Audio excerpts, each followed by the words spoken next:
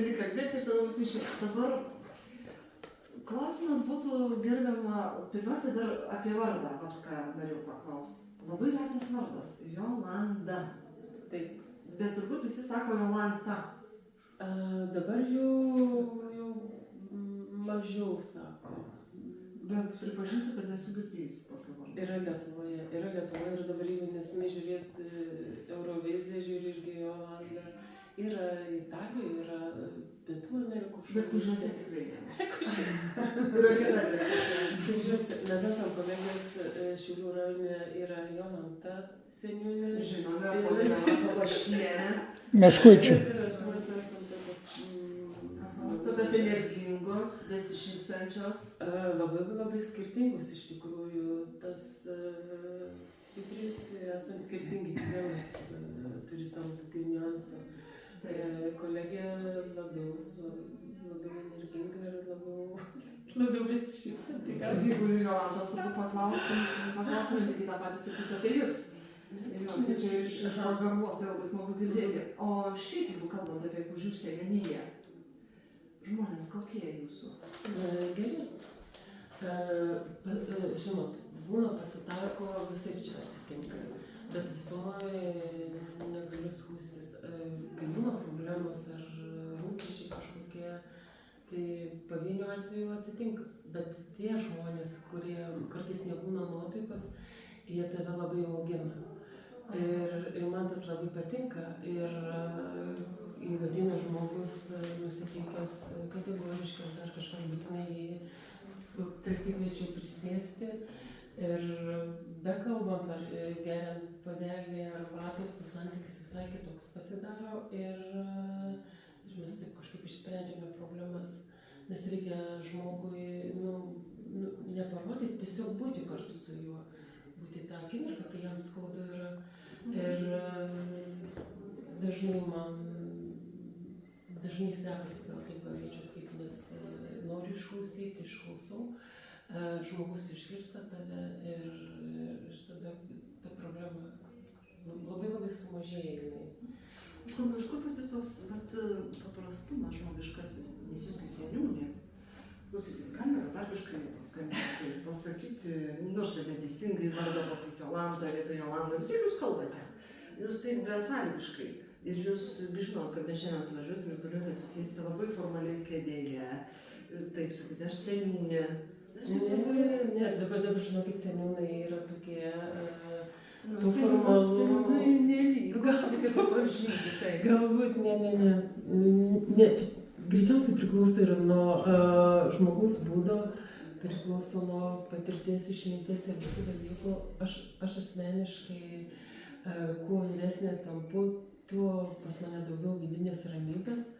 Pas mane daugiau to pozityvo ir to tokio bendrystės, draugystės, supratimo. Man labai nepatinka žmonės, nemėgstu žodžio kovoti, aš jau nevartoju savo leksikone, nes man bendradarbiavimas, bendrystė, mane vežantis žodžiai ir darbai tokie yra. Ir man patinka taip. Tiesiog su pozityvu, gera nuotaika, energija, tu daugiau darbų gali padaryti. Ar yra tekę nusivilti? Ne, nepasakyčiau. Kartai yra atsitikę taip, kur tu pats labai daug asmeniškai darbo ir pastangų įdėjai, tu paviešini tą informaciją ir pakomentuoja kažką, tai kur ypatingai daug darbo, aš asmeniškai buvau pridėjusi darbo ir kai pakomentuoja, kad ten labai negražiai arba kažką pasako, tai yra buvo kad skaudu. Bet tuo atveju, kai jeigu tu taip nebūtum padaręs, tu tiek nebūtum laiko skyręs, iš viso nebūtų to darbo buvę. O tu tą tokį, jau tu pats įsivertini, kad tu čia daug esi prisidėjęs ir tada pasako, kad tu tai nieko nedaro. Bet čia tokie labai pavieniai, labai reti atvejai yra. Bet visumą tai viskas gerai. Kas jums autoritetas yra, kuriuos sekate, kaip pavyzdžiui? Kad aš sekčiau, iš tikrųjų esu labai nepopuliari Ir labai senamadiška, aš neturiu Facebooko. Mes pažiūrėjome, turim, aš pati neturiu. Aš labai mėgstu skaityti knygas ir patirti išmintis semtis iš tų, kur tokių, turiu knygą. Aš nelabai mėgstu, čia ne dėl populiarumo, mažiau televiziją mėgstu, aš mėgstu būti su savimi labai. Ir man labai reikia tos vidinės tokios ramybės, pabuvimo kartu su knyga. Ir galbūt knygos, galbūt labiausiai turbūt knygos, mėgstu psichologinės knygas ir tokias knygas kaip gėlį, kaip sakyčiau. Ir turbūt šitos pat, dar plus ir pati gyvenimiška patirtis yra tokia. Tas kelias kaip ir kiekvienam žmogui, jis ir vingiuotas buvo, ir kartais sudėtingas, ir visoks koks. Bet visumo turbūt pati veikla, pats darbas, kai tu žmogus gerai jautiesi, būdamas savo veikloje, tai tas labai daug prideda to. Ir tas pozityvas turbūt iš to kyla, kai tu esi kaip ir savo vietoj. Jeigu klausimėte, ar esu laiminga, būdama čia, tai esu laiminga. Čia tokia klausimė, net klausimė matosi. Ir dar vienas klausimas. O sakykit, vis tiek vienaip ar kitaip, kai žmonės užima tam tikras pareigas, pozicijas, jie pasąmonėje vis tiek susikonstruoja, susimodeliuoja tam tikrą viziją arba vaizdinį. Ką norėtų įgyvendinti? Kaip svajonė? Ar jūs turite svajonę? Turbūt kiekvienas turi, bet ką labiausiai norėtumėt? Šiuo metu? Taip. Aš tiesiog noriu, kad čia, kur dirbu ir su kuo esu, aš noriu, kad visi žmonės būtų laimingi. Nepaisant, kad ne tik savo rate, savo šeimoje, savo bendruomenėje, savo kaiminystėje, savo rajone, savo šalyje tiesiog. Mano tokie norai yra, kad būtų taika. Čia gal labai taip skambiai ir kad mes visiems to paties reikia, kad tave kažkas apkabintų, kad tu turėtum šalia mylimus artimus žmonės, lygiai taip pat ir komanda darbe labai svarbu, pavyzdžiui, mikroklimatas ar ne. Man tas yra labai svarbu, aš labai džiaugiuosi, kad galime kartu turime gerą kolektyvą. Tai mano tie norai, tos svajonės yra labai labai maži tokie. Tarsi kasdienės tokius paprastus akimirkos, bet aš esu iš tų žmonių, kuris džiaugiasi, kad kaimynas stogą pasikeitė.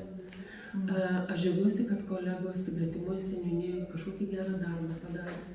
Ir man tas yra vidinis džiaugsmas, ne pavydo pagrindu, bet tas tokių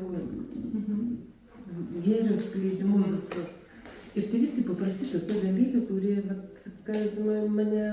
man čia yra svajonė, kad mes visi būtume laimingi.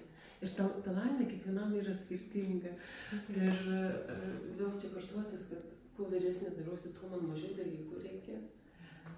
Tuo mažiau man materialus ir tas turtas yra, man nėra svarbus. Man svarbu yra tie dalykai, kurie yra nematomi. Ir šypsena, aš labai mėgstu tokius mažus dalykus daryti, praleisti automobilį, kuriam nepatogu pravažiuoti, stovint prie kasos praleisti, jeigu aš čia tiek esu prisidėjusi daiktų už mane su viena preke, aš būtinai užleisiu. Aš daug dalykų darau tokių mažų ir labai paprastų. Ir jie padeda man pačiai kaip žmogui, man labai patinka poliklinikoje. Aš visada ateinu labai gerai nusiteikusi, kai žmonės ten skundžiasi, kažkas. Ir tas vidinis nusiteikimas visur ir visada būti pačiai nekonflikte su savim ir su apatiškai. Labai laimės galės darbo ieškoti tam tikros sėkmės, kurias jūs labai mylit. O artėja vasara ir visi paprastai galvoja, ką čia paskaičius, ką čia įdomesnė suradus, gal galite parekomenduoti mūsų pravers žiūrovams, klausytojams.